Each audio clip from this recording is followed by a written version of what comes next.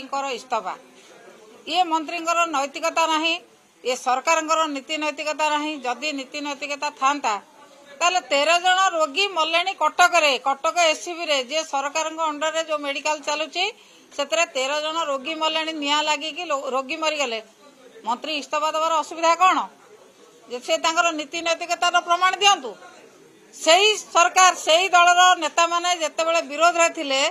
जेतेबेले demand करथिले हमर पूर्वतन मुख्यमंत्री नवीन पट्टनायक महोदय सेतेबेले संगे संगे मंत्री को रेजिग्नेशन द कहउथिले आपण माने देखिचंती गोटे प्राइवेट हॉस्पिटल ले निया लागिला सम हॉस्पिटल ले सेठी सेतेबेलर पूर्वतन मंत्री अतनु सब्यसाची को रेजिग्नेशन द पड़िथिला एवं तार मालिक को जेल जीवा पड़िथिला एटे किछि एक्शन नाही तले तलिया कर्मचारी 2-4 जन को सस्पेंड करदेले सरकार का ड्यूटी खत्म हो गला सेठी सस्पेंड करंतु से सुपरिटेंडेंट को सस्पेंड करंतु से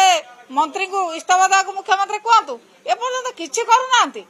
से जेमिति एमाने करै छंती एमाने जहा जणा पडुची जे एमाने निया लगै मारी छंती एमाने सेतरा संपृक्त अछंती सेही बळी भाबरे से व्यवहार करछंती एपर्यंत मंत्री इस्तफा दउ नांती मंत्री को इस्तफा देवा पय हमें दाबी करछु जे पर्यंत इस्तफा न दैछंती हमर ए कार्यक्रम गृह रे जारी रहइबो।